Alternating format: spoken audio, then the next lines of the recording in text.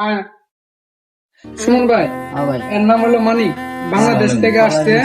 আর এর নাম হলো সুমন ভাই, আমাদের কোম্পানির ম্যানেজার।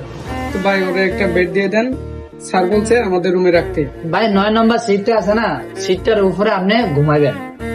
আচ্ছা ভাই ঠিক আছে, তাহলে আমি অনেক জার্নি করে আসছি, একটু শুয়ে পড়ি। হ্যাঁ ওকে যান। আচ্ছা যাও, ওইখানে যা শুয়ে পড়ো।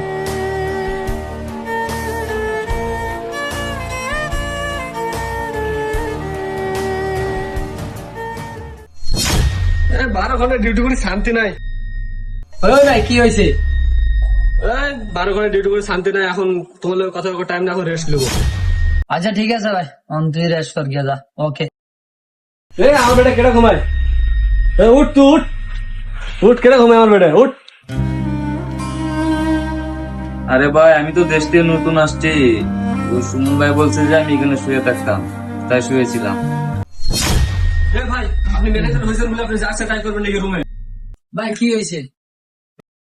আরে ভাই 12 ঘন্টা ডিউটি করে এসে একটু রেস্ট নেবো না? কারে বেডে দিয়েছো আমার বেডে? এই ভাই তুই না, তুই না আমার বেডে না।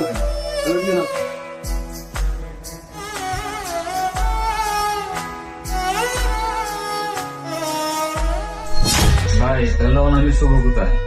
ভাই আমরা আপাতত আমরা নতুন এসেছেন, এক কাজ করেন আজকে নিচে ঘুমান, বুঝলেন? পরে কালকে আমি ম্যানেজ করে দেবো। এই রুমের ভিতরে কেডা চিল্লাই এত রাত্রে? কালকে সকালে ডিউটি আছে না, ঘুমাইতাম না আমি। এই এত চিল্লাচিল্লি করে রে রুমের মধ্যে? নতুন পোলাটা নিয়ে এলাম, নতুন পোলাটার কি খবর আমি তো আর দেখলামও না, ম্যানেজারের কাছে যে রেখে আসলাম।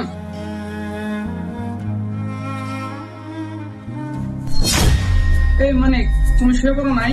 তোমার না ম্যানেজার ইয়ে দিল, বেড দিল, তুমি বেডে শুয়ে পড়ো নাই? আর এত চিল্লাচিল্লি করতেছে না কেন? এখানে সবাই পরিশ্রম করে সবাই একটু রেস্ট নেবে, শুয়ে পড়বে। রুমের মধ্যে চিল্লাচিল্লি করো কেন? তুমি নতুন আসছো, সবকিছু সবার সাথে মিলেমিশে থাকবা, বুঝছো?